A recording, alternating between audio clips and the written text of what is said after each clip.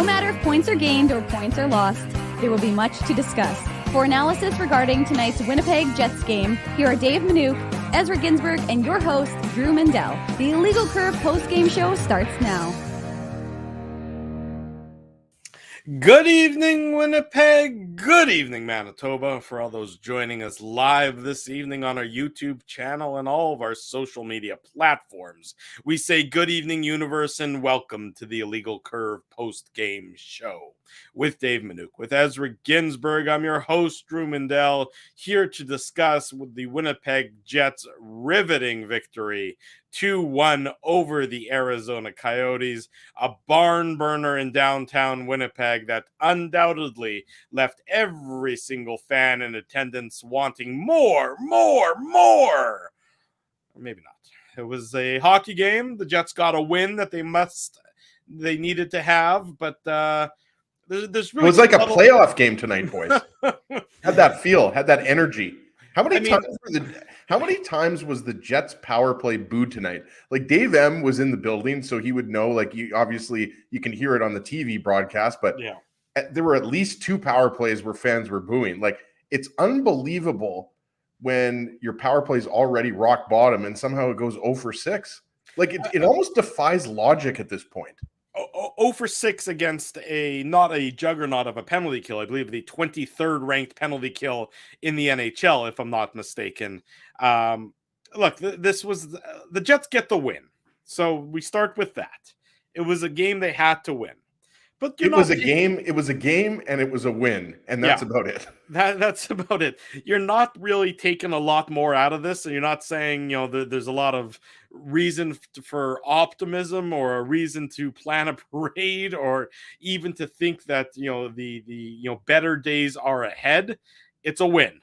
It's that simple. It's a win. You sort of hold your nose, but it's a win. And for a team that desperately needed a win, Dave M, the Jets will take it. But I don't think they're going to be celebrating too vociferously as a result of that victory. Well, I mean, it's interesting, right? Because it's not as if the Jets were favored courtesy of our friends at Betway, but it's interesting because if you look at who the hotter of the 2 teams were, it was definitely the Coyotes. 6-2-2 in their last 10 games. They've won 4-2 in their last 8. Well, I was going to say they've also won 4 straight. So it was Arizona that is feeling good about themselves. I believe it was 6 in a row at home at Mullet Arena. So if you have a mullet, they're feeling comfortable back in Arizona. But the reality is, in the Jets, we've documented on each and every one of these post-game shows what's been happening with the Jets. So of course we know we don't need to go into that, but the Jets haven't exactly come in here, like a juggernaut. But Arizona hasn't been a very good road team, and it looked like that was the odds makers made a lot of sense based on that first period, because the Jets looked like they were gonna roll to an easy victory. But we should have known that it would never, nothing with these Jets is ever that simple. No, and the thing is, like, the Jets I think were lucky to escape that second period without there being more damage done. Like Clayton Keller, Nick Schmaltz, and Barrett Hayton were absolutely dominating in that second period. Not so much in the third period, but I mean, and Keller, Schmaltz, that's a Garrett Keller, Schmaltz, and Hayton. If I can get the 3 names out of my mouth, that's a legitimate top line, boys, right? Like Hayton was a 5th overall pick. Keller was what, Dave, 7th. He was a top 10 pick.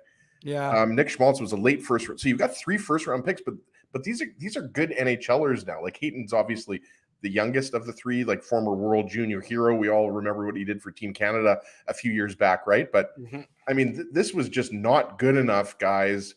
Like it's good enough, like Drew said, in the sense that you get the 2 points, but it's not good enough in the way you got it done. And it's so funny, right? Because, for all that talk about how well the Jets were playing, against a team like the Carolina Hurricanes, but they just didn't get the results and they just didn't get the bounces. Like this was just putrid at times, right? And yeah, they held on in the third period, but that's really all that they were doing, right? So it's watching the game, it's really tough to understand, how there's such a lack of emotion right now on this Jets team, and there's less than a month to go in the season, right? There's 10 games to go. I mean, there's that's 10 games to go, and you just don't feel it. Like you just don't feel, the urgency. And again, you get playing out the string. Sorry, exactly. they exactly. Feel no, you're right. It feels like a team that is just going through the motions. And it's really hard to believe, considering that you're coming off of that really disappointing loss in St. Louis, right? So you would have thought that, I thought that the Jets were going to put 4 or 5 past Vermelka. And it's not like Vermelka was really that great tonight. Like he was okay. Yeah. But he wasn't excellent like he has been in the past. So it's really hard to believe how the Jets could come out with that effort tonight at home. Yeah, well, I mean, that's just it. I mean, they had a good first period. They had a good third period.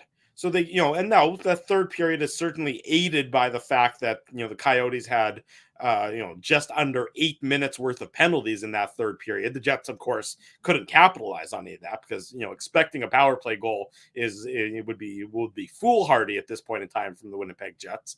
And we'll get to that. But, you wonder what happens, that second period was so one-sided. I mean, I just don't know how you play a second period like that. And yeah, you're up 2-0 after 20, and you're feeling good about that. But don't you just want an easy victory at some point in time if you're this Winnipeg Jets team? I mean, you're more talented than the Coyotes. I don't think anybody's going to quibble with that. And then that's the effort that you come forth with in a second period. And in the third period, Drew, like Liam O'Brien takes that high sticking penalty. Yeah. As an aside, what were they reviewing there? Like, wasn't that as clear a double minor for high sticking, Drew, as you could? Like, what are they reviewing? How much blood there was? Oh, and again, to your point there, because I was curious about that as well. As far as I know, and unless the rules have changed and they haven't publicized this change, and it's probably worth asking, you can only review it when a major is called. So you can't review a double minor. No. Unless they've changed that rule and not told anybody. And, I'll send a note to our buddy Josh Smith at Scouting the Refs, because he tracks this stuff closer than I do. But, this is multiple times now where we've seen reviews of double minors. Which, again, and it's fine. If they want to review it, and if that's the rule, then fine. It doesn't bother me. Review all you want.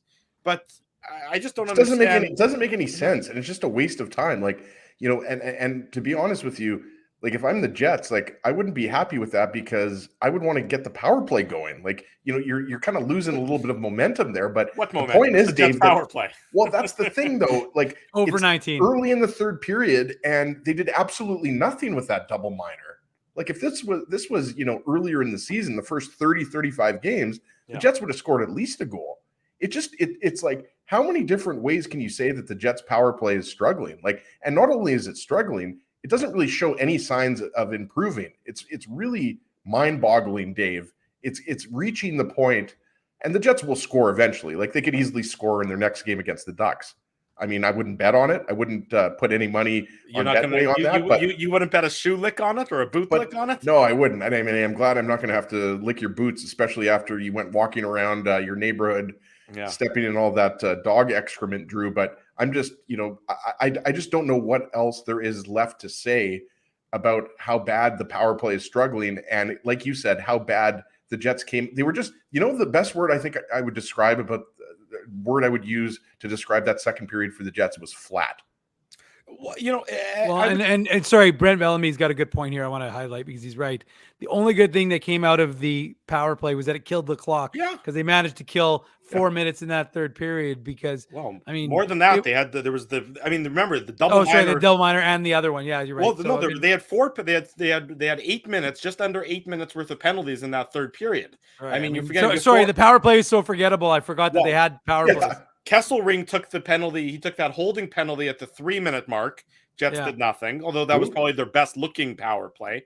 Then Liam O'Brien takes the double minor, and then Valimaki at the end of the game for just under for took 2 minutes on less. Appleton. Yeah, 2 minutes less, 17 seconds. Sorry, but I mean, look, it doesn't really matter. I mean, at this point, it's just and like the assertion that Brad Lauer not being around is somehow is changing things. I mean, first of all, it's not as if Brad Lauer's in another country. I mean, he's available to the team. Right. He's been with the team as far as I can remember. He was on the bench for a number of games. I didn't even notice it, to be honest with you. Actually, I asked Colby to take some isolation shots of the coaches today. So we'll ask Torts next time I see him, Dave. Yeah, we'll ask and find out if Brad Lauer was on the bench. I didn't notice him on the bench, so it's possible he's not necessarily healthy again, and maybe needs to take some time off not being on the bench. And I know he's not on the ice at practices, but I mean, guys, he can watch the video and he can go over it. These guys are all just constantly having conversations. So it's not as if they don't have him available to them in order to discuss what he'd like implemented on the power play. And again, it's not as if you're creating something that is, out of left field. And it's not, this is game 73 of the season, right? Or 72 of the season. So if this is game 72 of the season, what new dimension to the power play are you trying to add that wasn't there and wasn't available, going back to when Brad Lowry got injured, which is, let's say 3 weeks ago around game 60 something. So the previous 60 games, I'm pretty sure that power play was the one that Brad Lowry instituted and they were working with. Now, again, maybe if there's a second puck on the ice, that would help. Like maybe they need 7 or 8 guys. I don't know. We have talked this to death on the Saturday show, right? Like we've talked about the personnel and what we think they need to do. But Dave is 100% right. The Jets have an entire coaching staff. They have an entire infrastructure here. Like they need to figure this out. And if the playoffs started today, the Jets are playing Vegas. I honestly, if they're playing like this, I honestly don't think it matters who they play in the first round. They'll lose. Oh, there's no question about it. I mean, look, they were tooth and nail to beat the Arizona Coyotes after failing to beat the San Jose Sharks not that long ago. I mean, this team is just desperate for a victory any which way they can get it. When was the last time they controlled a game? They controlled the first period tonight. Yes. Maybe that Edmonton game? Well, even then they didn't. I don't even know if you would say they controlled that game. Dave and I talked about it. Yeah, Dave and I talked about it. It was the game as the Saturday night game against the Chicago Blackhawks that started at 9:00 right after the holiday break, the All-Star break. Right. Yeah. That was the last time the Jets controlled the game top to bottom and had that was over a month ago. Well, it was almost 2 months ago now, but not quite 2 months ago, but you're right, over a month ago. That was the last time they had what would be a quote unquote easy victory. And you thought that maybe tonight was going to be that easy victory. They get the early goal. We'll get into it. They get the shorthanded goal. You're feeling good about yourself at 2-0 after 20 minutes. And you just is it an arrogance?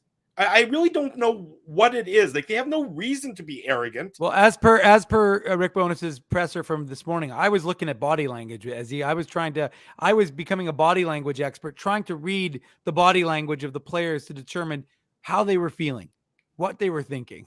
And Dave's obviously joking, but I said to Dave, like during the third period, the way they were coming off the ice, like it looked like they had just, lost a game 7-0.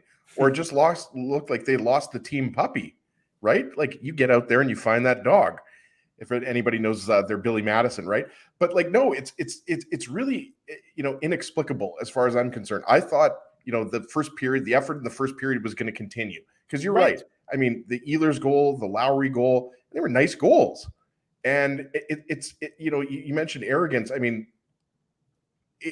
I don't have the answers anymore. I really don't. I didn't have the answers for the last few weeks, and it's really hard to understand again. And we're talking about a win here, boys. Right. Like the Jets won the game, and they got 2 points that they needed because Nashville won tonight. I think they won 6-3, right? The Flames are up 2-0 right now. So again, they're not going to gain any points on the Flames or Predators. And I still maintain, by the way, and it seems like I'm in the minority here, but I think the Jets will make the playoffs. But they're still going to probably have to win at least 5 of their last 10 games. And that's really not a guarantee at this point because even though they have an easy schedule, you do have the Kings on Saturday. The Kings just absolutely, who did they just pump? They pumped the Flames, right? Yeah. Pump the Flames 8-2. Right. So, I mean, that's going to be a hard game. So, they're going to have to flip a switch. That's the only way because they're playing so poorly right now. It's hard to imagine we're going to see any different results coming up. Like, I'm not saying that they're not going to beat the Ducks. I'm not saying, that they're not going to have a chance against the Kings. I'm just saying that, it's really mind-boggling how, that second period was that bad considering that the first period went, by all accounts pretty well. Yeah, that's just it. It's just, if you match your performance from the first period, in the second period, I'm not even talking about getting the 2 goals, but if you just have the same level of commitment and performance and everything else, you're going to win this one relatively easily. You just are. And instead, I mean, the Jets made the Coyotes look like the Boston Bruins. I mean, that second period, it was like, what am I watching? This is hard to imagine, but that's what it was. And the Jets are, they were fortunate to get out of the second still with the lead. Now they had a better third period, aided significantly by Coyotes' penalty troubles. But, when it's a 1-goal game, fluky things can happen in a 1-goal game. And the Jets needed an easy victory just to, boost up the confidence a little bit. And they still couldn't get themselves that, despite having opportunity after opportunity handed to them. Let's get into it. It's the Betway game recap. It's brought to you by our friends at Betway. Dave is sporting the Betway hoodie tonight. Betway is one of the most trusted voices in sports betting, both in Canada and all around the world. Betway is the sports betting app that puts you, the customer, at the forefront with a large selection of betting options in sports, as well as strong promotions and fair odds. What are you waiting for? Head on over to Betway and bet your way. Must be 19 years or older to play. Please play responsibly. We welcome, I hope I'm not mispronouncing your name, but Wonk is joining us from Argentina tonight. So nice. Wonk, welcome to the chat. Welcome to the Illegal Curve post-game show. We are worldwide, as you all know, between John Chan in Singapore and Wonk Pasa joining us from Argentina. So wherever you're baby, the greatest of all time. Wherever you're tuning in from, welcome and thanks for joining us here on the Illegal Curve post. That's a country I've always wanted to visit, Argentina. I mean, there's a lot of countries. I'm not as well-traveled as you boys are. Like Drew has been to Colombia, Dave's been to China, among other countries. But yeah, Argentina is right up there, one of the greatest soccer countries in the world, and just looks beautiful. So there you go. As these travel advice is our new segment here on the program, brought to you by travel Regina. Yeah, whatever travel agent wants to join us. Nikolai Ehlers opens the scoring for the Winnipeg Jets at the 4:17 mark of the first period. It's an unassisted goal. Look, if you turn over the puck at the blue line and Nikolai Ehlers is coming in on a breakaway, good things are often going to happen. And the first save was made by Vejmelka, but Ehlers got his own rebound and put it top shelf to give the Jets a much-needed early 1-0 lead, Ezzy. Yeah, and look, we all saw the goal. Nick Ehlers was so pumped up. Saw the fight last game. He's a guy that obviously, hasn't been scoring at the rate he would like to. But you love the fact that Vejmelka makes the first save, and then Ehlers just follows it and bangs in the rebound, right? And, he capitalized on a turnover, right? He creates this goal all himself. So it's exactly what you want to do in the first, 5 or 6 minutes of the game. So you got to love that from Ehlers. I mean, the goal scoring struggles of the top 6, we talked a lot about it on the Saturday morning show. Mm-hmm. And so that's exactly what the Jets needed at that point in the game, but just great individual play by Ehlers there, Dave. Yeah. It was indeed, as and that's exactly what the Jets needed. Was the Jets needed someone from the top 6 to kind of drag this team into the game, right? And get the fans going. And look, the fan energy was good to start the game, and this was a historic game as I noted before the start of puck drop, because the Jets actually, with game 903, have now officially, as and Drew, played more hockey games than the Atlanta Thrashers. In the Jets, of course, this was their 12th season, or is their 12th season. The Thrashers had 11. The Thrashers lost 1 to a lockout. The Jets lost half of 1 to a lockout, and then 2 to pandemic. So this was game 903 on the Jets calendar for them. And I lost my train of thought because I got so excited to be able to share that little tidbit with you guys. But no, I mean, look, you needed Nikolai Ehlers to get this team into the game. And that's what he did. And you're right. It's nice anticipation by him. And it's a nice follow-up. And it's kind of funny because, and I don't want to jump too far ahead, but I'm still trying to figure out what Kevin Stenlund did on Dylan DeMello's breakaway opportunity, where Kevin Stenlund saw DeMello going, and maybe he tried to hold up the Coyote on that, what could have been a 1-on or 2-on-0, but really he would have been trailing and had a chance to pop in a rebound. But Nikolai Ehlers, good for him for popping in his own rebound and getting the crowd excited and animated in this game.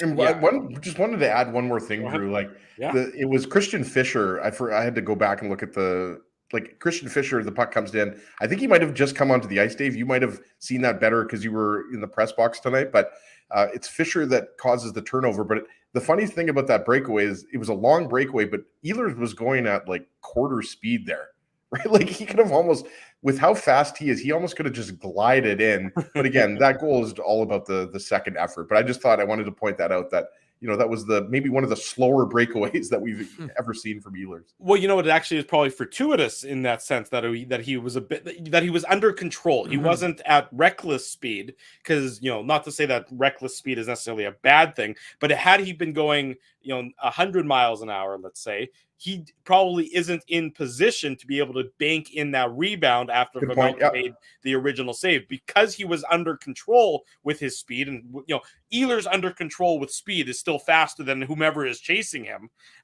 Significantly faster. Ehlers is faster than all of us stationary, Drew. That's very true there. No, I think you mean Ehlers stationary is faster than all of us moving. I think that's what you meant. I think that's what I meant. Yeah. Yeah, I think that's what you meant. But anyways, I talk good. Oh yeah, you speak good. Your brain speaks good, Inger. Ehlers opens the scoring, so it's a good start for the Winnipeg Jets. They get an all-important first goal for a team that's been struggling to get that opening goal, and they get it tonight.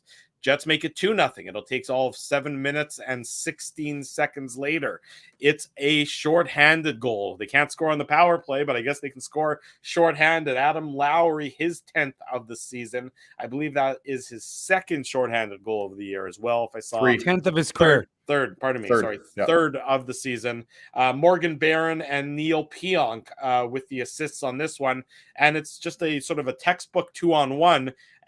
Barron collects the flip pass by Pionk, and I'm really not entirely sure what happened to the Coyotes' structure on this power play, that they somehow managed to, just that Pionk just has the time to flip it up, and then there's just nobody around Barron and Lowry on this one. It's a great pass by Barron, tape to tape to Lowry, Dave, but just odd coverage by the Arizona Coyotes. And odd might be charitable. Poor coverage by the Coyotes. Yes. And the Jets certainly take advantage to make it 2-0.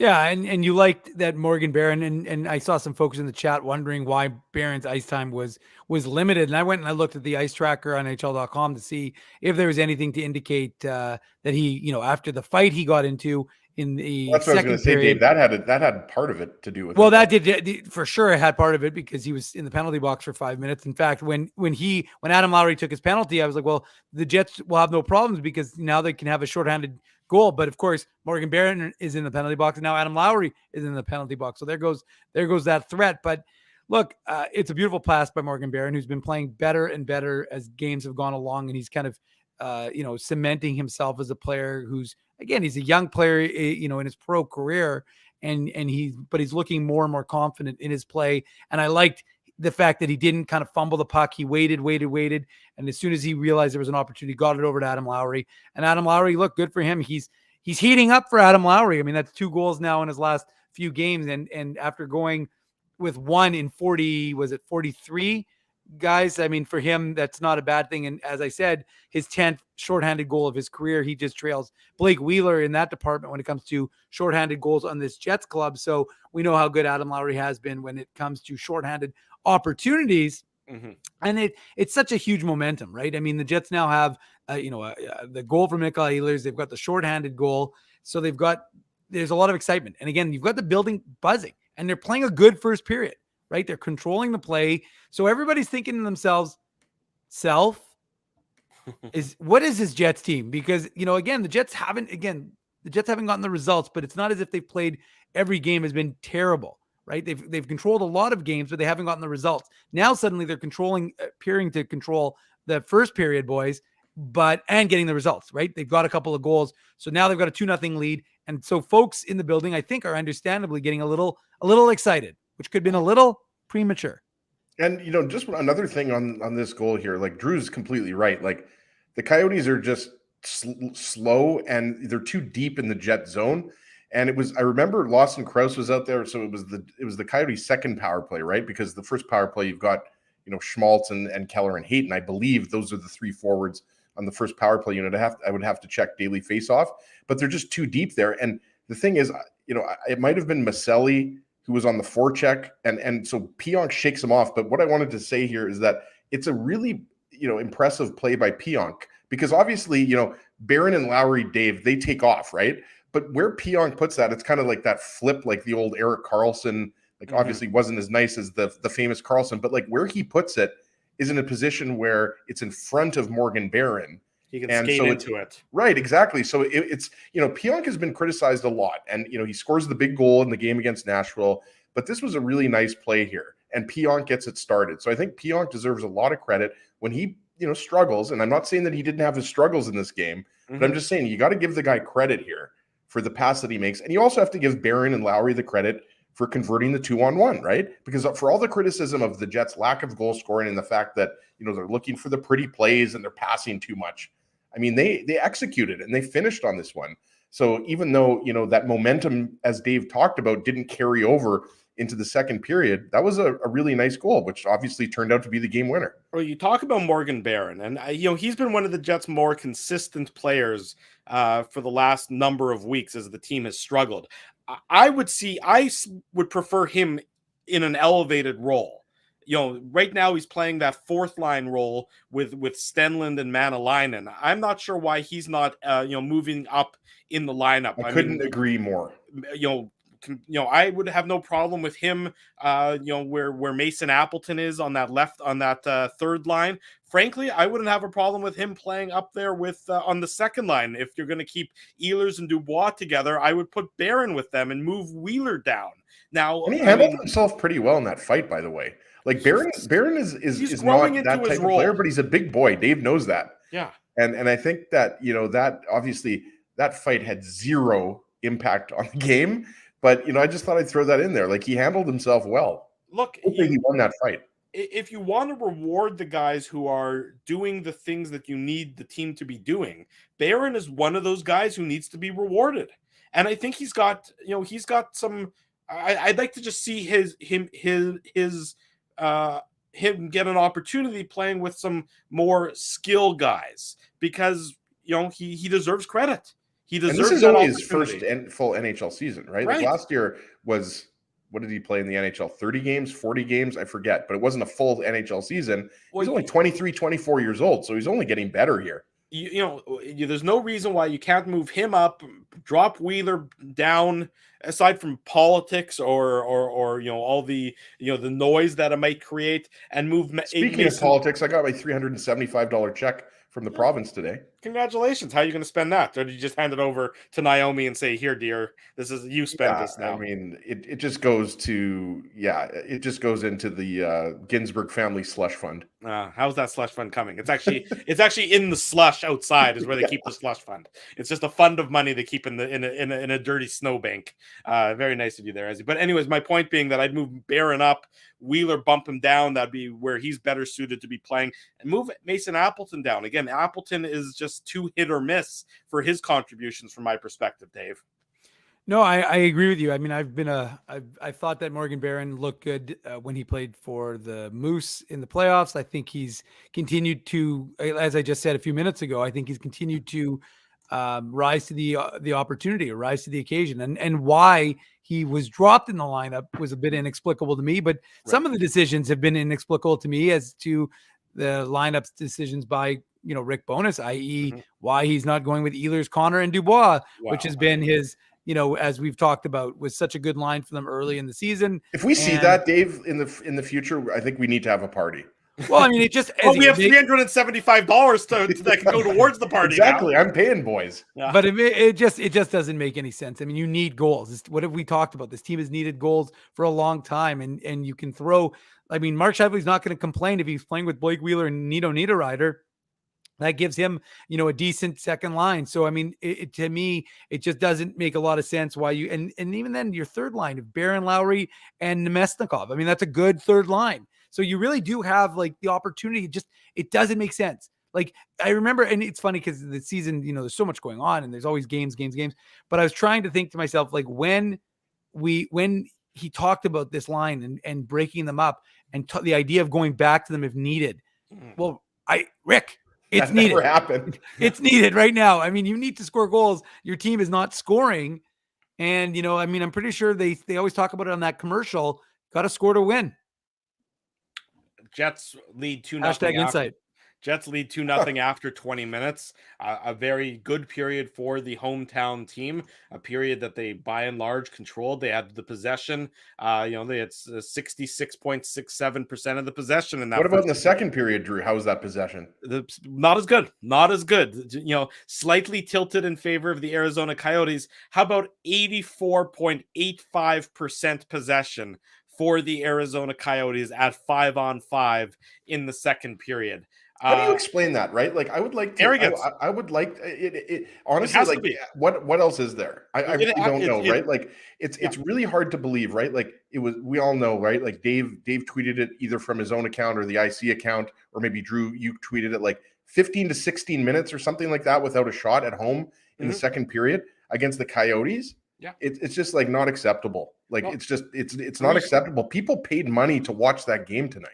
Outshot 18-3 in the second period. I mean, that's just look, guys, it wasn't the Boston Bruins, that's right. And again, credit to the Coyotes for going on a bit of a run towards the end of the season. And to be honest with you, what are they doing?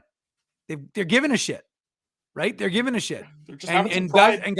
Guys are playing. And look, we all know guys play for contracts. Guys are playing for their, so they don't get relegated to the AHL next year. So I understand why teams care. But hello, the Jets should be as motivated as the Coyotes because it's your play again. You don't want to. How many times do we say anything you built up in those first 30 games, the 41 points that you accumulated? Those are long gone. You used that. Those dollars, they've been spent. Ezzy's 375 gone. It's blown through. So the reality is, you don't want to have to, you still are in a position where you don't have to scoreboard watch. You don't have to watch Nashville. You don't have to watch Calgary.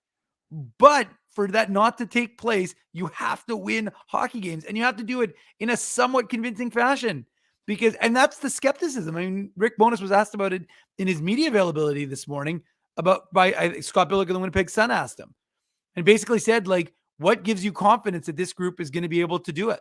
And I don't remember exactly how he said it. So if you want to, listen to that, a little site called illegalcurve.com, go to the pregame report. You can listen to Rick Bowness's response. But I mean, what gives you confidence, guys? I mean, what is the indicator that this team is, again, I don't want to contradict myself. The team has played better, really since that Edmonton game, the crazy 7-5 game. And I'm not giving them credit because they went up against Soupy Campbell, who had a few holes in his game, but yeah, it's more like Soupy Sales. But the Jets did seem to, start playing a little bit better, in spurts at least. But then they've regressed, Dave. The last 3 games have not been good, like the Nashville game included. No, I agree. I know, and again, like I said, they've had moments, right? Like, and they've gone up against hot goaltenders, Marc-Andre Fleury, like they like their game. James Reimer, they like their game. So there's been instances where your boy Swayman. Well, Jeremy Swayman played out of his mind, and that's what his own coach said how good he was, because it was funny. It was one of those games where, Ezzy, I said to you, I'm like, Patrice Bergeron, Brad Marchand, you didn't really notice those guys. You didn't notice that they were like, they weren't taking over the games. It wasn't like the Jets got dominated by Boston. But again, what do we keep talking about? Your power play, 0 for 19. You went 0 for 5 against Boston. How much of a difference could that have made? You went 0 for 4 against Nashville. Fine, you won the game, right? You went, what did they go against St. Louis? Were they 0 for 2, I think, against St. Louis? No, Torrey Krug went crazy. Remember that early in that game they had how many power plays? Yeah, but I mean, but overall, they had 4 or 5. 0 for 4? Yeah, so whatever. Torrey Krug went what we call Meshuggah. That's what happened. Exactly. So the point is that you've got all of these, like, these are the opportunities that, we talk about, and you've got all this firepower, and you're doing absolutely nothing with it. And so that's the part that is a killer, because I don't care if you dominate, the game. I don't care if you outchance your opponent. If you're taking these, you're squandering, kind of like the way the Jets have done. As you remember, the Jets were at one point, are the Jets going to finish first in the Central? Could the Jets finish first overall in the West? And they squandered that. And similarly, they're squandering these games because of the fact that their power play has been so abysmal. You're right, Dave. So no argument with anything you said there. The Coyotes dominate the second period, as we discussed. The Jets just no-show the entire period. They're fortunate to only be down to only give up the one goal and still maintain the lead after 40 minutes. The Coyotes scored at the 11:46 mark of the second period after sending wave after wave after wave after wave after wave at the Jets. Barrett Hayton, his 15th assist to Clayton Keller and Nick Schmaltz. It's just a good net front battle. They bang and hack and poke at a puck, and eventually Hayton is able to get it past Connor Hellebuck. We'd be remiss if we also didn't talk about the incredible save that Connor Hellebuck made a few minutes before this one. Absolutely. Just the sort of desperation, throwing his paddle out at the puck and knocking it away and making a great save. But again, that didn't faze the Coyotes. They just kept coming and coming and coming at the Jets, and the Jets had no answer for them. And the fact that the Jets didn't have an answer for the Arizona Coyotes, it should tell you all you need to know about how that second period went. Yeah, I you know what? The Coyotes, I don't think are going to be very good next year, but like, I think you have to give them credit for at least that now they have an identity, and now they're a team that is tough to play against. We talked about it. They've won 6 of their last 8, right? Drew, I think you mentioned it, right? So like they were a laughing stock earlier in the season, but they've put together a good home record, and they almost tied this game up tonight against the Jets. And you're right. I mean, Hellebuck made the big save, but Hayton, Keller, and Schmaltz, like that line is really good. Schmaltz was a guy that we were talking about a couple of weeks prior or a week prior to the deadline as an option for the Jets. I know Dave, really liked that option for the Jets. So look, at Hayton's a good player, and Scheifele was a guy, on social media. I'm sure you guys saw it too. People in the chat are gonna, question what Scheifele was doing here, but really, to me, like it's the whole team here in their own zone. Like there's just too much stick checking. There's just too much, like it's just flat-footed. Exactly, like flat-footed, standing around, passive. Like Niederreiter's out there. It was Scheifele. I believe the entire line was out there. Scheifele, Connor, and Niederreiter, and it's just Schmaltz is kind of just dangling around in the zone, and like the puck's put on net. Like it's just like. Again, it's just poor defensive coverage. And, so Barrett Hayton's on his knee and Scheifele's there, but he's just not hard enough on him. He's just not tying him up. He's not body checking. Like, how many body checks were there in this game, by the way? Like, I realized that, you weren't expecting this to be rock'em sock'em hockey. But, I mean, it just seemed like, especially in that second period, the Coyotes just entered the zone, did whatever they wanted. The Jets kind of sat back. Like on this goal, it was just, to me, way too loose in your own zone. And the Coyotes were just able to do, they were hanging on to the puck for way too long and were able to do too much. And the Jets just weren't hard enough defensively in that sequence. I can't quibble with anything you said there, Ezzy. It was just an absolutely bewildering second period, Dave, especially given how you played the first period. And like I said, the only word that comes to my mind is arrogance, because I think they thought, well, we scored 2 in the first, that's enough. We don't need to play the second. To their credit, we have people in Argentina that are saying that the Jets were terrible in the second period. Like that's where this is international now, boys. It's an international incident. The Jets play in the second period there, Dave. To their credit, they come back better in the third, but just that second period was just top to bottom, absolutely awful.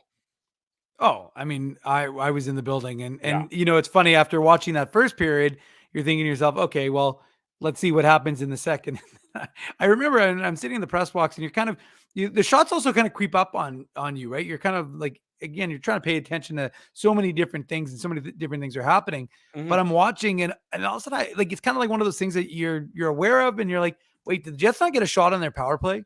Wait a second, did the Jets not have a shot since like the 5-minute mark of the second period? Like, what is going on to like have such poor control of a game? And I understand that you're going to get some pushback from a Coyotes team, but yeah, as he's right, like the defense in a total, and again, that's often what happens, right? Like it's easy to pinpoint Mark Scheifele because Mark Scheifele was not good defensively on that Coyotes goal. He's literally his head's kind of swiveling around, but he's really not even looking where he's supposed to as the center, and he completely misses the man. And I mean, he's too little, too late at the point when he. I thought DeMello too was he was wandering too. DeMello was left shot defenseman. He's one of the Jets' best defensive defensemen, if not the Jets' best defensive defenseman. But again, I mean, there's a lot of blame to share. To your point, Dave. Well, and Ezzy, that's the point I'm making is that what we were saying the last few shows is it's easy to pinpoint one guy and say, well, what was he doing? That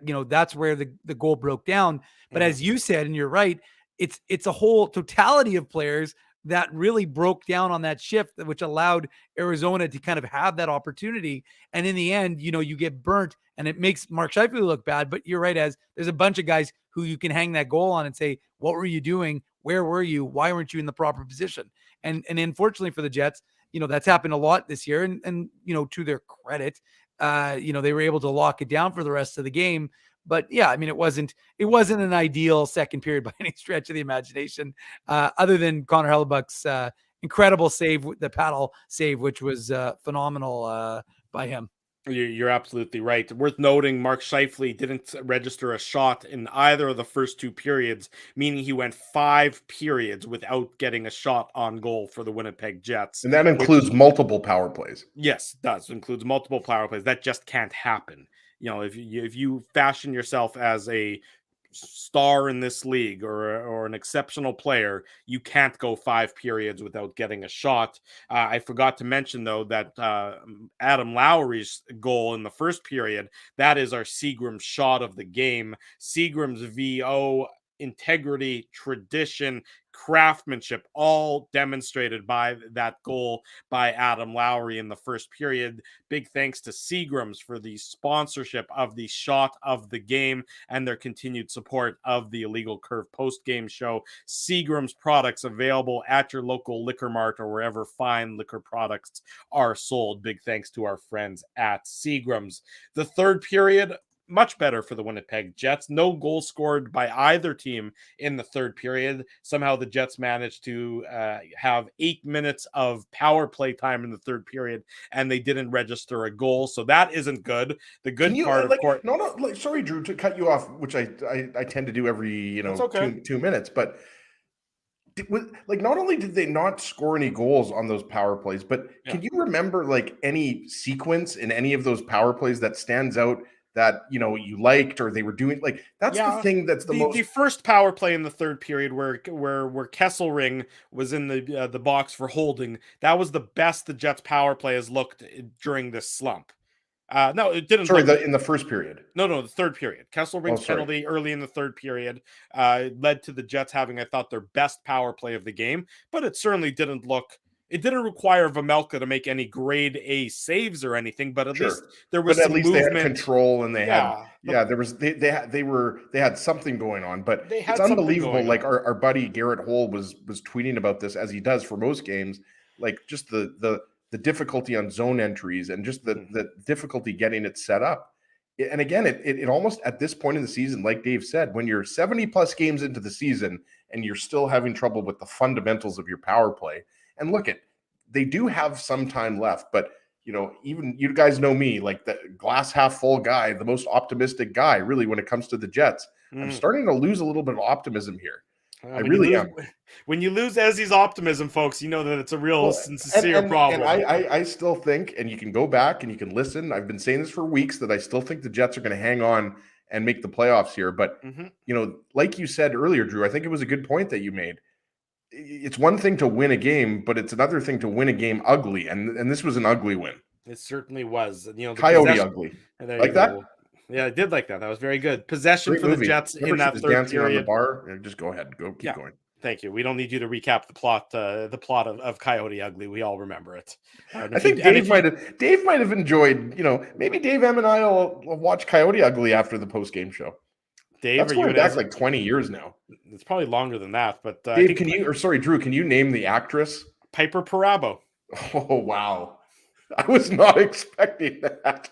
But then again, after, Cocaine Bear, we got to give Drew credit. He's the, resident cinephile. I'm glad you said cinephile. I could have gone any which way there otherwise. If you're looking for things to be positive about in the third period, you'd say the possession numbers, 3/4 in the Jets' favor, 75% to 25% in the third period. That's at 5-on-5. Never mind, of course, all the power play possession the Jets had. The Coyotes, really ran themselves into penalty difficulty, which helped the Jets hold on for the 2-1 victory tonight, Dave. Not impressive, not anything you're going to write home about, but they get the much needed win on home ice when they needed it. Yeah, no, I mean, look, at the end of the day, you needed the 2 points in the standings bank, and that's what you did. And especially with Nashville winning and Calgary winning, or currently winning, we'll 3-1, they're up. Yeah, I know. Drew loves the updates. So hey, if you can give Moose updates, I can give out of town scoreboard updates when they're relevant to the Jets' place in the standings. Sure, fair enough, absolutely. Thank you. But the point is that the Jets needed those 2 points, and so they got them, and they'll practice tomorrow. We'll have to find out. And I didn't see if there's anything on the old Twitter machine, Drew. So you'll have to provide an update if there's an update on Dylan Sandberg. The reason why, for folks asking, because some folks were asking why Kyle Capobianco was in the lineup against his former team. By the way, I'm pretty sure the Jets are undefeated when Kyle Capobianco is in the lineup. But he played fine.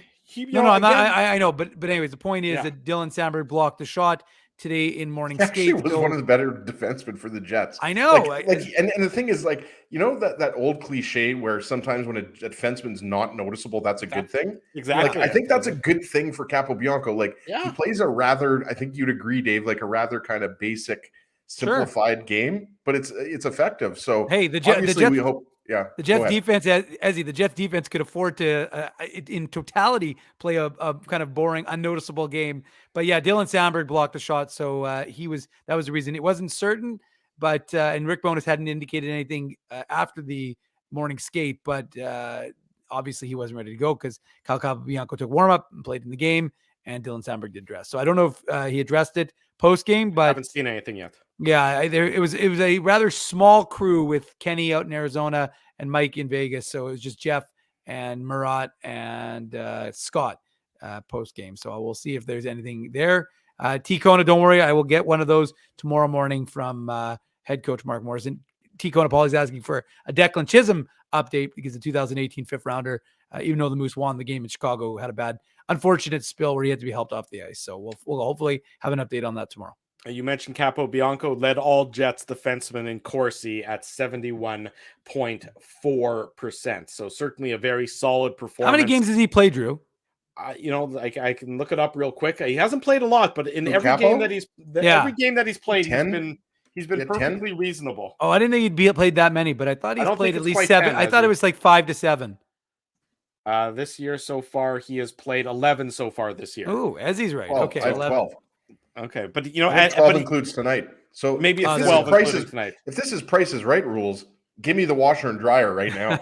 There you go. But anyways, for a guy that nobody really expected much of, he's been perfectly reasonable. Now I wonder if he gets more playing time if you see warts develop. But in those 12 games, always a possibility. Yeah, in those 12 games, he's been absolutely fine for the Winnipeg Jets, very serviceable in his very limited duties. Anyways, there's your Kyle Capobianco update for tonight. The Jets victorious 2-1. He used to play for the Coyotes, by the way.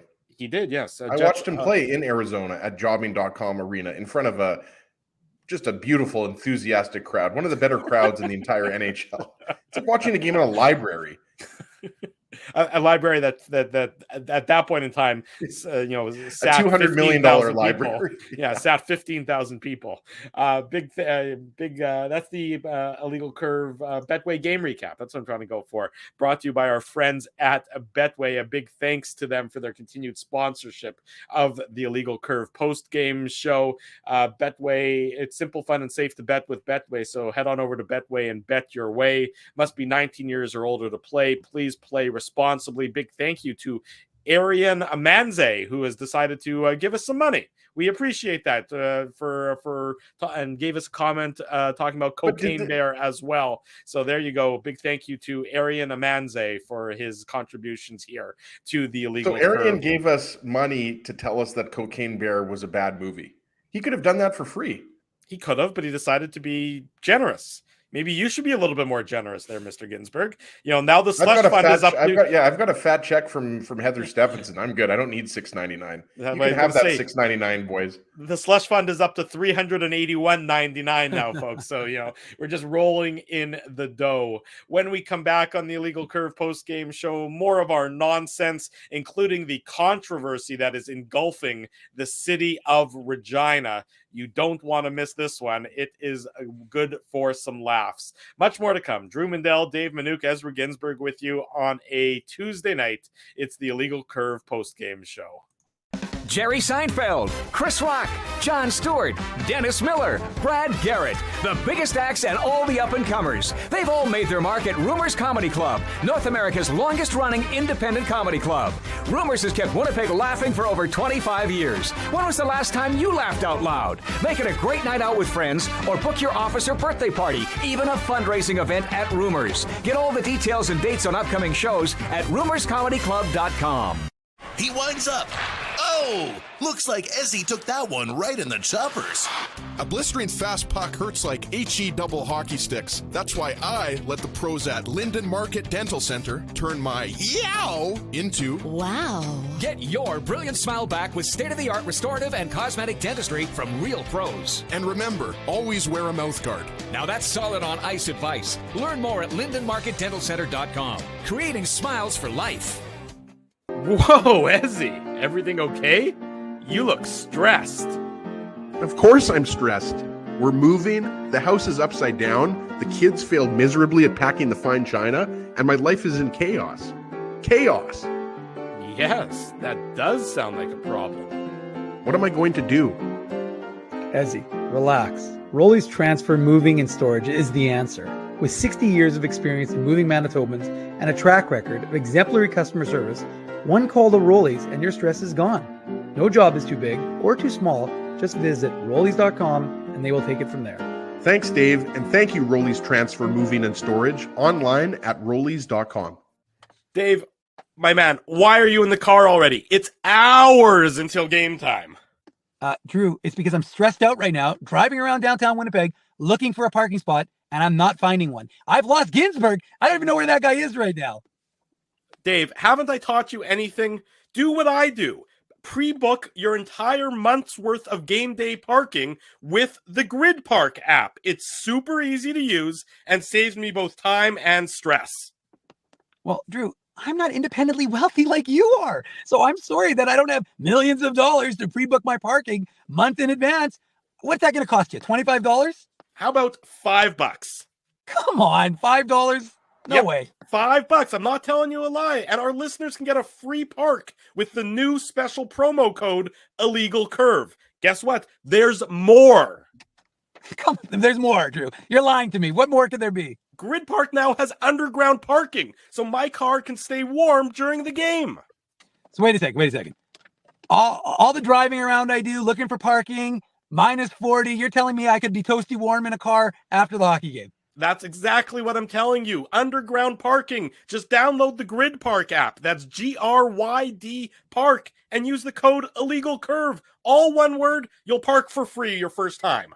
Hi, it's Drew from Illegal Curve here. Selling your home can be stressful, but it wasn't for me. Thanks to my friends at Zappia Group Realty, they made the process so easy. My home sold within 48 hours and with multiple offers. Zappia Group Realty took care of everything with their exquisite customer service and attention to detail. If you want to sell your home for more in less time, get started by talking to Frank and Mauro Zappia of Zappia Group Realty. Online at zappiagroup.com.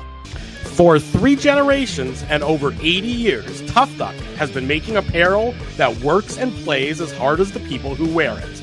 From jackets to work boots and everything in between, Tough Duck's clothing can handle the harshest environments, even the Illegal Curve hockey show.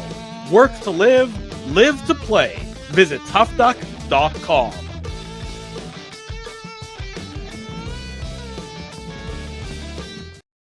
25 minutes before the top of the hour. Welcome back to the Illegal Curve post-game show. We're live here on a Tuesday evening. We'll be back at it Thursday night. The Jets head out west for the final regular season West Coast trip that they're going to experience. I believe the game time is 9 o'clock Central Time on Thursday night, which means post-game will be about a late night, 11:45 p.m. I think Kenny Weeb is on Route 66 as we speak right now, boys. He's I think he's at the southern mansion that Kenny has in beautiful Arizona, and he's going to be on the road trip as well, heading out west with the Winnipeg Jets as they play in Anaheim, LA, and San Jose. A bizarre road trip in that there are no back-to-backs. Usually you see some back-to-backs on this one, but there aren't any back-to-backs. I'm not complaining, Drew. Winnipeg Jets. I know you're not. It's going to be a late night on Thursday, and then I believe is it a Monday game that they play in San Jose, or Tuesday? It's a Tuesday, so it's Thursday, Saturday, Tuesday. So they actually get a fair bit of rest, and that Tuesday game is real late. That's not till a 9:30 Central Time start time. So that's why Dave bought the bunk beds. That's right. So you guys can just cuddle up together. You got the aluminum bunk beds here. You guys, I expect to see you guys in your pajamas doing the show together.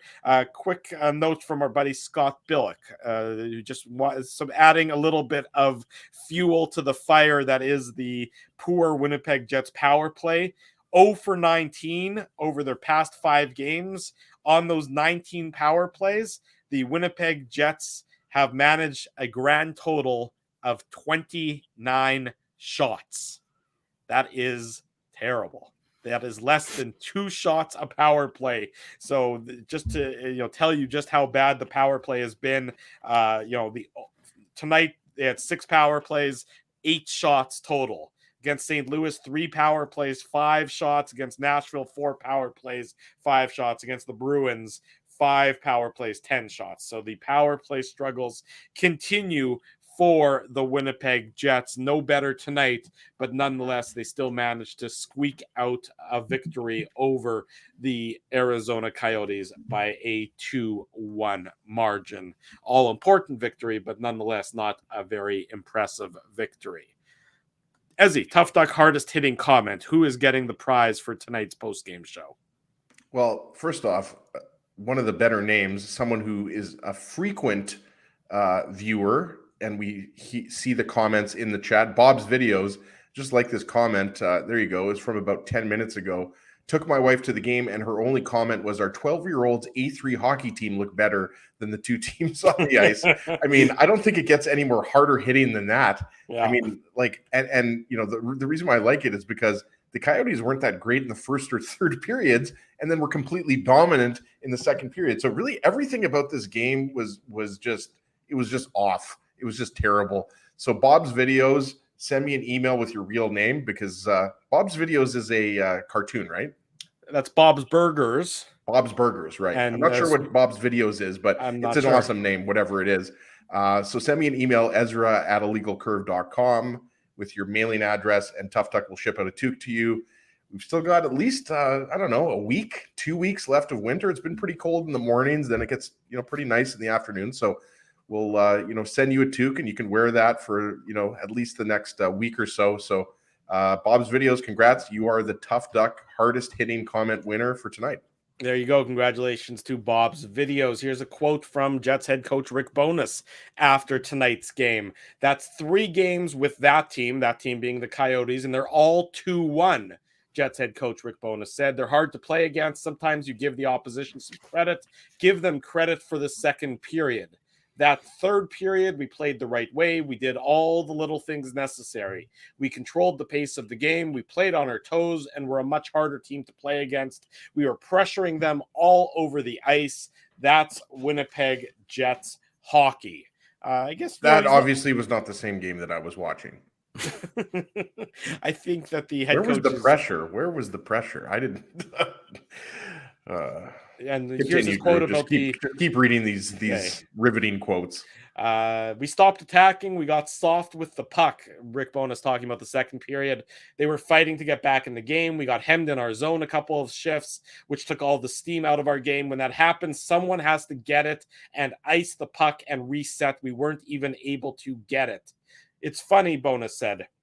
The second period, the bench, it got quiet. They could see what was going on. The third period, there was a lot of energy on the bench, and that took itself out on the ice. We had everyone going. The bench was really energized in the third. They knew what was at stake. They knew we had to find a way to win the game. And that's why we scored 4 power play goals in the third period. Ezzy, you are being very cynical, my friend. Well, no, I mean, like, nobody can watch that game. Nobody, even the most optimistic Jets fan, couldn't watch that game and provide that, summation of what happened out there. Yes, the Jets were better in the third period than the second period. It's because they were dog crap in the second period and were outshot 18-3 and didn't have a shot for 16 minutes. So, like, what do we like? And yes, Drew, like, coaches have to spin it in a team positive type of way, but I mean, come on. I mean, the Jets were pretty lucky to win this game tonight. And more importantly, they won it on our boy Bruce's mom's birthday. So happy birthday to her. Hopefully birthday she had a Bruce mom. Hopefully she had a great night, and she did, because she got to see her favorite players score. So great night for her. So we wish her a very happy Illegal Curve birthday, or birthday on behalf of Illegal Curve, I should say. Okay, yes, exactly right. Let's do some contests before we get into the city of Regina. Dave, we have the illegal. Don't show us anything, Drew. I'm not going to. We have the Illegal Curve merchandise contest. The way that you enter the Illegal Curve merchandise contest is by going to the drop-down arrow on the YouTube channel, clicking the contest link. If you can't find it there, you go to our website, illegalcurve.com. You find the contest link there. You enter in the unique code word along with a whole list of other things you can do to get entries to win great Winnipeg Jets merchandise. The unique code word for the Illegal Curve contest, Dave M., what is the code word tonight? Kirk Keelback. I want to give a shout out to Kirk Keelback. We had him on the show not that long ago, and every once in a while when they play a clip and you hear that voice, and if you were a Jets 1.0 fan or you just covered that team, back in the day, you couldn't help but think of his voice, Don Whitman's voice also, but Kirk Keelback's voice. So many classic, iconic calls. Made me lament, missing Dennis Bayak. I don't know why I wasn't thinking about the word of the unique code word, but I was thinking about Dennis today while I was walking around the press box. Maybe I'll send him a text, but he'll be like, how'd you get my number? But Kirk Keelback loves Dave M. But Kirk Keelback was a classic. When we got him to say great save essence on that show, that was like a highlight of being on Illegal Curve for me. But anyways, good for good one to remember, and always nice to remember some Jets 1.0 history, especially, like I said, in light of the fact that Jets 1.0 and Jets 2.0 played, and this was now the most they've ever played, more than the Atlanta Thrashers. And it's interesting that... Isn't that crazy, Dave? Like, I realize this is year 12, but like, it's still crazy to think the Jets have been in Winnipeg longer than the Thrashers were in Atlanta. Well, and it's interesting because, a lot of times people complain about, remembering Atlanta. And first of all, we respect the fact that there's still some fans who pay attention and support the Winnipeg Jets who are from Atlanta because they supported that team. Similar to the fact that some Jets fans, not many, I don't think, but some Jets fans still supported Phoenix when they were down there because of some of the players that were on how could you not support Teppo Numminen? You'd have to be a monster not to support Teppo. But the fact is, it's interesting because someone was asking, because oftentimes I will put facts out there saying, here's the Jets 2.0 and Thrashers, here's the Jets times the Jets, and here's just the Jets alone. But, and say, how long do Jets have to keep mentioning the Thrashers? And I said, well, the NHL counts that. And they said, well, do they do that for anybody else? So I went and I looked. And actually, if you look at the season records for the Calgary Flames, they have the Atlanta Flames records there. If you look at the New Jersey Devils, Colorado Rockies, and the Kansas City Chiefs, actually, for 2 years. Shout out to Chico Resch, Dave. I think exactly. So, well, pretty sure they were the Kansas City Scouts, weren't they? What'd I say, Chiefs? Yeah. Well, obviously not the football team, but yes, Kansas City Scouts. And the point is, but I will say, by the way, the Colorado Avalanche, the original version, had the greatest jersey of all time. Lonnie McDonald, that mustache, and those jerseys were 100%. amazing. Yep. You mean the Colorado Rockies? Yeah, I'm getting everything wrong. Who cares? It's been a long week, and it's not like I got 17 games in a row coming up. But regardless, yes. Oh, I like the Colorado Avalanche jerseys too, especially when they wear the Nordiques ones. But it's all a mishmash. So, anyways, it's a curious question though. How much longer will people still mention? I know people don't like it being mentioned, but and the curious thing I was wondering, and you guys wouldn't be able to answer this, but I was curious, do folks in other markets that have had teams move there reference those teams? So do folks in Calgary reference the Atlanta Flames when they're mentioning some record of note? And I know that, obviously the Flames have been around for a long time. Yeah. Or do people in Colorado mention the Quebec Nordiques? Well, the reality is, Dave, when you're talking about the Calgary Flames, because how long were the Atlanta Flames in existence? 5 years? I want to say it was I think it was like 8 years. Okay, so 8 years, but then the Flames have been in existence for 40. We're talking 35, 40 years. Yeah. So the likelihood of any record, being held by someone that played for the Atlanta Flames is non-existent, right? True. But you still have records now with the Jets when you're talking about, Blake Wheeler or somebody, or Brian Little or something like that. Ilya Kovalchuk has all right. So the way I look at it, as the years pass, however many years, 5 years from now, something like that, you're not really going to have you'll still have, some guys on the Thrashers who might have the odd record, but most of the records are going to be held by guys that played for the Jets. That's like your boy Thorbs has in having the most penalties. Does he still have the most penalties? I mean, the reality is the Jets don't have a lot of guys that take a lot of penalties, or if they have, those guys don't stick around, right? So maybe Lowry I'm sure Lowry's up there at this point. Okay. I'm checking as we speak to get. If I had to guess, I would say Lowry would be top 3 all time. Thorburn most 832. Dustin Byfuglien second most 826. Eric Bolton, part of the Greek God line, 639. Blake Wheeler fourth 604. Jeff Odgers fifth 532.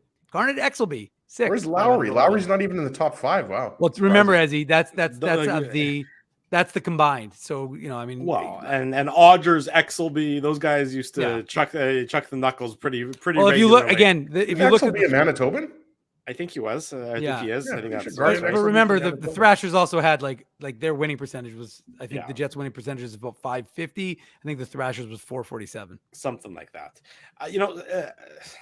We have to. How are you going to segue to Regina here, Drew? Well, there's sometimes. Oh, you didn't do it, Drew. Whoa. Beep. Yeah, we have a winner, don't we? You even didn't declare the winner yet. You did. I'm getting to it. I'm getting to it because sometimes in life, the symmetry is just so perfect. The city of Regina the Tourism Regina, which was their tourism agency, has been rebranded to Experience Regina, and it's come under fire for some controversial new tourism slogans, such as, quote, "Show us your Regina." Oh, Drew, I can't believe you're going to do this. And the city that rhymes with fun. So they've had to apologize for those new tourism slogans. Sorry, what? I don't get the second one. The city that rhymes with fun.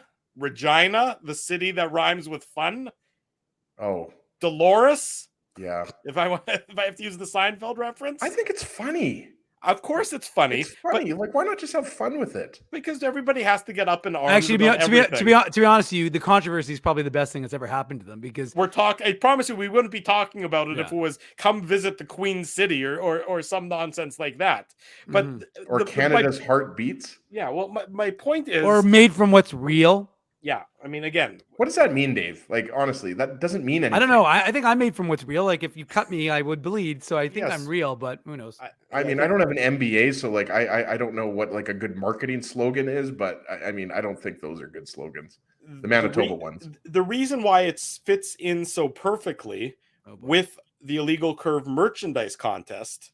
Remember, show us your Regina, the city that rhymes with fun. Oh, Drew. The merchandise contest winner, and I swear to God, folks, this is completely random. Dick ass man. Don Glowbush.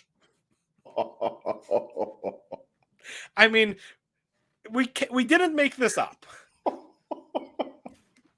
I mean, Don, congratulations. It's over. Ring the bell. It can't work any better than this. That this City of Regina nonsense comes out at the same time as Don Globush is the winner of tonight's Illegal Curve merchandise contest. Yeah, I wish I could say it was staged, but it wasn't, of course. And folks, if I'm offending you, I do sincerely apologize. Yeah, you might be offending Don Globush because that's his last name potentially. That's true. And it's a normal... You're not offending anybody, Drew. It's just funny. You're not saying anything Drew, inappropriate here. It's funny. Drew, on the behalf of the City of Regina and Don Globush, I would appreciate an apology. Okay, well, I will apologize to the City of Regina. I apologize to Don Globush. I think it could be pronounced Globush, not Globush. Well, whatever it is. For our purposes tonight, it's Globush. For the purpose, when I was starting to... It's not a lie if you believe it, Dave. Because when I saw this Regina story this afternoon, I was like, well, we have to bring this up just because it's so ridiculous. That was made for you, Drew. Right up my alley. Like just a fastball down the heart of the plate. And then it's only in the last 2 minutes that I actually saw the name of the merchandise contest winner. And when I saw the name of the merchandise contest winner is Don Globush, I was like, that's it. There's no way I'm mature enough to pass up this opportunity. It's the cherry on top of a evening. Yes, it is. And, look, the City of Regina, where how could they be offended? That's the city that brought us Dick Assman back in the day. So we have Dick Assman, Show Us Your Regina, and Don Globush. So it's coming full circle today on the Illegal Curve post-game show. God help us all is really all I can say about that. So good. We are, so congratulations to Don. Dave will be in touch with you, of course, to hook you up with your Winnipeg Jets merchandise. John Chan, by the way, didn't realize that he had won because, of course, when we announced that John Chan was the winner of the IC contest, yes, he was sleeping because of the time difference in Singapore. Yeah. But I thought he was sleeping because he was watching the Jets power play, Dave. That would be another reason to sleep as. But no, John Chan was excited to be a winner, and we've got a number of other winners that I've reached out to, and we'll be getting some of your merch out. And again, I understand if folks are still waiting for their merch. Trust me, it's slowly but surely getting taken care of. It's a lot of work for Dave M, and I'm trying to get it all handled. But don't worry, one of these days I'll get Ezzy in the van. We'll rent a van since I don't own one, but maybe we'll take Ezzy's. I have a van. Ezzy's got a van. That's true. You got a van. 2017 Dodge Caravan, Dave. Hashtag you someone's can see doing him well. rolling. You've never seen a van with hydraulics in it before, but Ezzy's got the hydraulics rocking on that actually, van. a few years back, I was on Pimp My Ride, so I've actually got like a fridge and there's a foosball table in the van. It's great. Shout out to Exhibit. Thanks for pimping my ride. Wow, that's an old school reference. Alrighty, there you have it. By the way, I do not have. Just hit end show. Don't thank the sponsors. Just end the show. Well, I will say quickly though, I do not, because people were asking. The Moose, of course, kick off their 8-game homestand tomorrow against Rockford, and some folks were asking if I had tickets to that game to give away in the Illegal Curve Zone. I do not. I just checked. I managed to, while Ezzy and Drew were bloviating, I managed to log into the account and check, and no such luck for tickets to tomorrow's game. But I do have tickets for the games this weekend because, of course, there's a game on Friday in a rematch against the Ice Hogs, and then they take on the Laval Rocket starting on Sunday, and that's a 2:00 Which start. is the Celebrating Women in Sport game with some proceeds going to Hockey Manitoba. I was going to say I was going to allow you to take that one on as. So that'll be women's hockey programs at Hockey Manitoba. That would be. Yeah, it's going to grassroots female program. There you go. Now we're talking. It's not going to the Ginsburg Fund, Drew. To answer Rob Mahoney, I do not have any tickets to give away to Cocaine Bear, but I do have some tickets to give away to the Moose game this weekend, Friday and Sunday. Should I make people wait, do you think, till Thursday? I mean, it's a little bit late. It's gonna be a late show. Stay up late. They should have to stay up late to earn their tickets to the Moose game. Unless you're really nice to me, and then you send me an email, dave@illegalcurve.com. I may consider it, but I also may make you wait till Thursday. So we'll see. There you have it. Are we going to see the Regina monologues on Thursday? Somebody else mentioned the Regina monologues in the chat. So either you stole that or you. I didn't see it. No, I didn't see it. That's all. That's pure Ginsburg there, folks.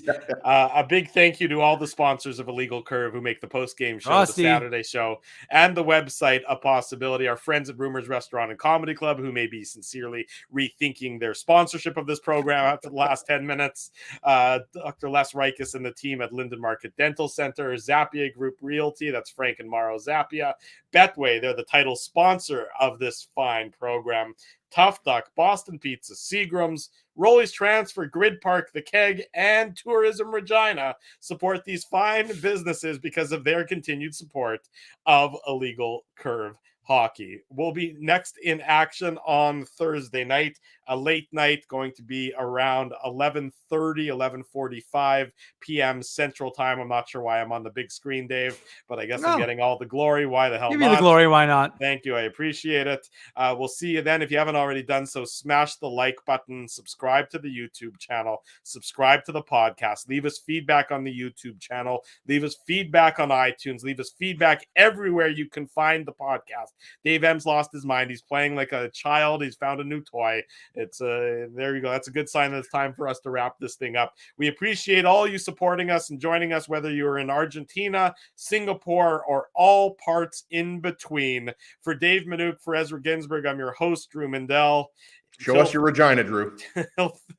Until Thursday night, late night Thursday, we wish you good night and good luck. And thanks for watching the Illegal Curve post-game show.